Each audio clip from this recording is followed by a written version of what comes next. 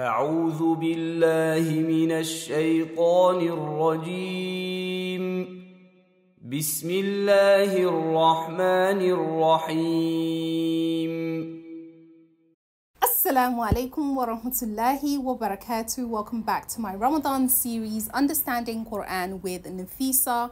We are looking at Surah An-Nisa, and today we are going to continue reading from verse 66. And we continue where Allah subhanahu wa ta'ala says that if we had commanded them to sacrifice themselves or abandon their homes, none would have obeyed except for a few.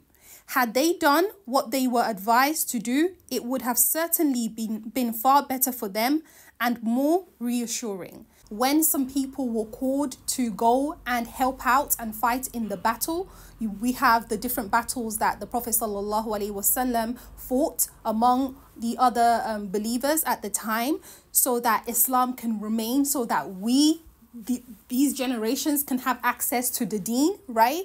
But unfortunately, some Muslims decided they were not going. They are not going to go out to battle. They're not going to go and fight. They're not going to go and risk their lives for Islam and for the message of Allah. And so Allah is speaking here about them and saying, if we had commanded them to sacrifice themselves or abandon their homes, none would have obeyed except for a few. Allahu Akbar. And what this goes to show is that when it comes to sacrificing ourselves for the sake of Islam, few of us are willing to do so.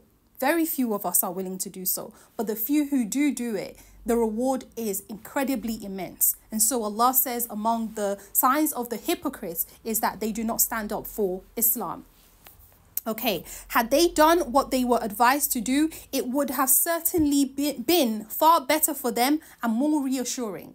If they had gone out to battle and supported the other Muslims who were in battle, Allah says it would have been better for them. But they decided to stay at home because they don't want to risk their own lives, because in the end, the hypocrites choose themselves above all.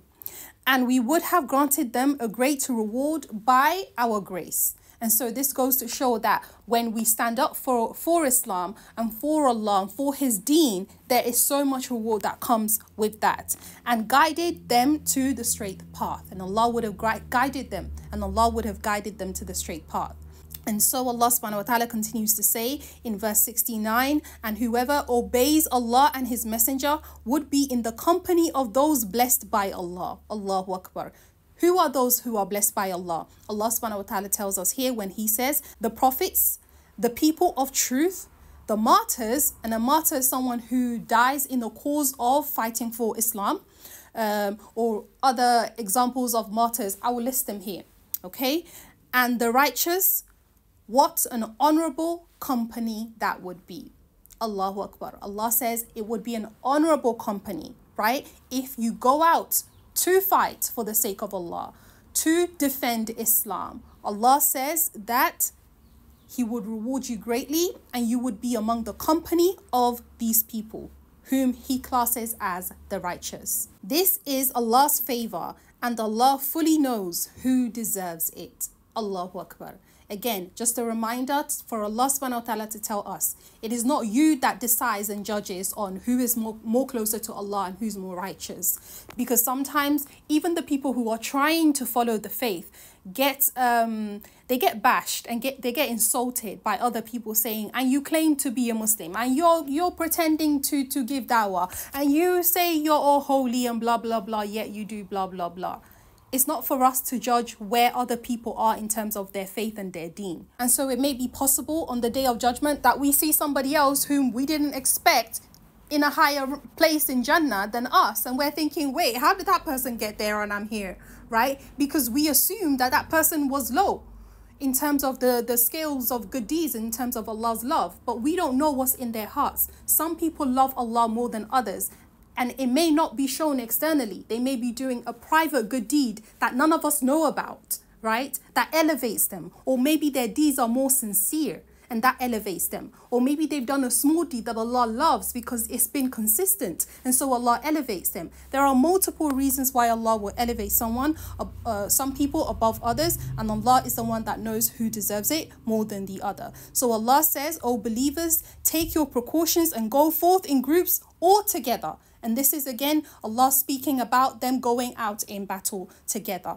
At the time, okay, we're not in any battle currently, not a physical one at least, but Allah says in verse 72, there will be some among you who will lag behind, so that if you face a disaster, they will say, Allah has blessed us for not being there among them.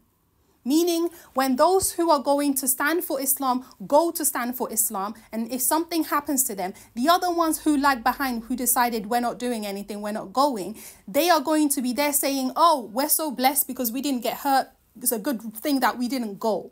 They don't realize that those who went are in a higher ranking than those who stayed behind. But if you return with Allah's bounties, they will say, as if they had been no bond between you, we wish we had been with them to share great gains. When the blessings comes, they're going to be wishing that they were part of the blessings, but they don't want to be part of the effort and the hard work and the sacrifice that it takes to get the blessings. Okay, so our last verse for today, Allah says, let those who would sacrifice this life for the hereafter fight in the cause of Allah, and whoever fights in Allah's cause, whether they achieve martyrdom or victory, we will honor them with a great reward. And I think this is a perfect opportunity to say Muslims are struggling all around the world this Ramadan. Whether you do something private or you do something public, whatever you are able to do to help the Muslims around the world, whether it's financially, whether it's with your physical effort, whatever it is, please do something for the sake of Allah. None of us are perfect. Yes, we all have our imperfections, but we all have a responsibility and a duty towards maintaining the deen and keeping the spirits of our brothers and sisters all around the world up. And that also include protecting the honor, the dignity, and the well-being and safeguarding the well-being of our fellow brothers and sisters, even the people that we share a home with, because sometimes the biggest oppression is done within our homes and not even outside. So may Allah subhanahu wa ta'ala protect us from that. Utilize this Ramadan to do as many good deeds as you can for yourself, for your family, and for the ummah at large. And may Allah subhanahu wa ta'ala accept it from us all. Ameen.